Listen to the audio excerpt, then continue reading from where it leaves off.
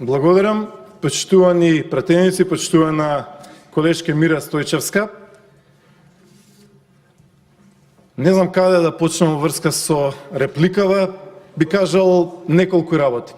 Значи, прво, ова што го слушнавме тука, тоа е писмо на намери. Ова не да е далеку од реализација, туку е дискусија од светот на бајките. Значи, од светот на бајките, каде што Зоран Заев ни велеше ќе донесе чист воздух, каде што Шилего велеше ќе го реши воздухот, каде што велевте дека лекарите ќе имаат 100.000 денари плата, каде што им велевте на луѓево дека ќе има по еден вработен од секое семејство, па едниот ќе има 30.000 денари, па другиот имаат исто 30.000 денари, па ќе имаат 60.000 денари, па сите во Македонија ќе одат на одмор и така натаму и така натаму. Каде што премиерот ни велеше не ми ја чепкајте македонската жица, а не се што не е чепната, искршена е, исечена е, патосирана е македонската жица и така натаму и така натаму.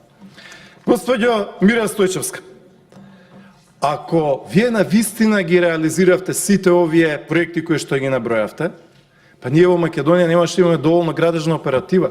По ова што ми го набројавте, ако во моментов се гради толку, по во Македонија немаше да има слободен багер.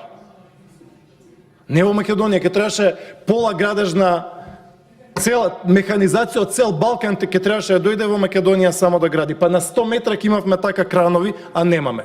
Што имаме во моментов, господјо Мира Стојчевска? Ние во моментов во Македонија имаме ситуација каде што оваа година и претходната 2017 заради стопирање на проектите во градежништвото ни е во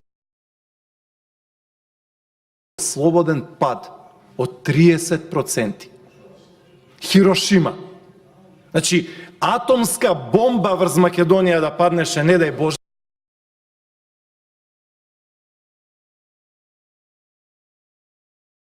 немаше толку да падне градежништвото како што паѓа сега.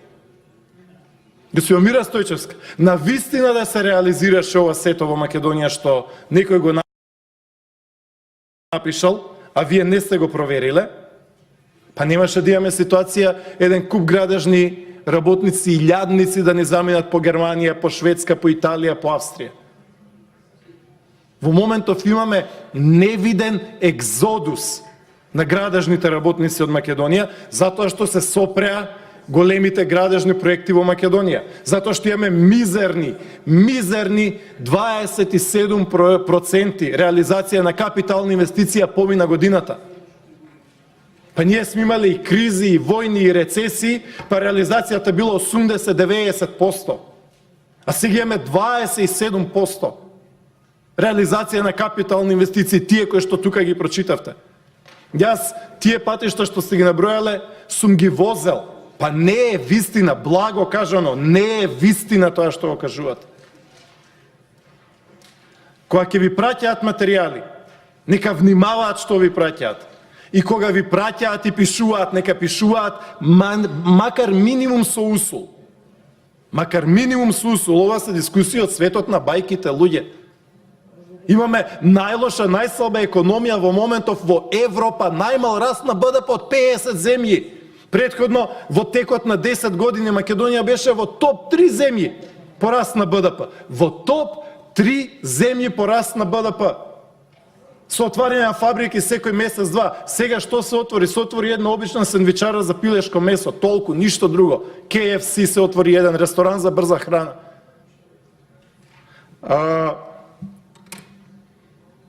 Имаме ситуација, почитувани присутни, во делот на патиште и градежништвото, каде што оваа влада претходно со години, 5 години им фати пења устата дека е скап, прескап, ужасно скап и така натаму патот од Охрид до Кичево. 400 милиони евра велеа дека е тоа криминално, катастрофа, ужас и така натаму. 400 милиони евра биле многу. Што прави оваа влада под наводници домаќински, а во реалноста корумпирана, вели не 400 милиони евра, 600 милиони евра ќе чини тој пат. 50% зголемување на трошоците. 600 милиони евра. И тие дополнителни 200 милиони евра. Оваа влада ги троши без тендер. Без тендер.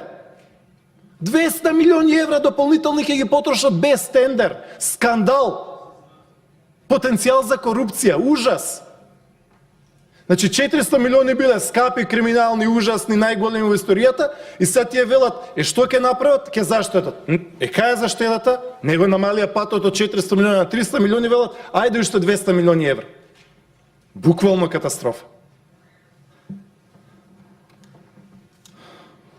Апелирам до вас, почитувани присутни, уште еднаш. Ајде да го изгласаме овој мост, кој што е важен за 600-700 илјади граѓани на Скопје. Мост кој што ќе ги поврза општините Аеродром, Газибаба, Центар, исто така и Чаир. Овој важен мост е исто така важен и за граѓаните на околните општини, важен и за граѓаните на Карпош, за граѓаните на Илинден, Петровец, Зелеников, важен е за цело Скопје и цела Македонија. Тоа е во близината на меѓуградската автобуска станица. Значи, ајде да направиме еден проект, ајде да ја бајпасираме неспособноста на најлошиот градоначалник во историјата на Скопје, Петре Шилегов. 85% од граѓаните се незадоволни од неговата работа. Нема еден пратеник, почитувани присутни, еден пратеник од СДСМ 3 месеци наназад, кој што ќе каже еден добар збор за Петре Шилегов и ќе каже работи човекот, тоа направи. Нема што да се каже. Имаме фијаско на градоначалникот на СДСМ во главниот град Скопје. Имаме фијаско на градоначалникот на Аеродром Златко Марин, кој што и самите членови на СДСМ се откажуваат од него и велат, немаме што да кажеме, немаме муабет, што да реплицираме. Имаме фијаско на градоначалникот на Центар, за Газибаба не знам веќе што да кажам. Значи, ајде да се бајпасира неспособноста на локалната власт на СДСМ, таа неспособност се гледам и во Битола, таа неспособност се гледам и во Прилеп, таа неспособност се гледам и во Тетово, таа неспособност ја гледаме и во Штип, ја гледаме секаде во Радовиш, да не набројувам. Ајде преку проектите на централната власт да се бајпасира неспособната власт на СДСМ на локално ниво и граѓаните да видат аир од проектите. Да видат аир и во Источна Македонија, да видат и во Западна Македонија, и во Скопје, и во Поврдаријата, и во Пелагонија, секаде, ни цела Македонија. Да видат аир и македонците, и албанците, и турците, и србите, и ромите, и бошњаците, и власите, и христијаните, и муслиманите. Она што ќе се направи е добро за сите. Ве повикувам, иако владата на Зоран Заев рече, амандманот не се прифаќа, не ќеме да се гради мост, ние како пратеници да дигнеме рака, да кажеме за, да го изгласаме овој мост и да почне изградбата. И на Македонија, и на Скопје, и на градежништвото, и на економијата, и требаат вакви проекти. Ке го намалиме и загадувањето. Ке го намалиме загадувањето затоа што ќе има помали гужви во Скопје. Ете, тоа е тоа на кое што сакам да ви го порачам. Нека се одважат пратениците на СДСМ, нека гласаат за овој добар амандман, кој што апсолутно е подржан од огромно мнозинство на граѓани и да упатиме една добра порака кон граѓаните. Благодарам.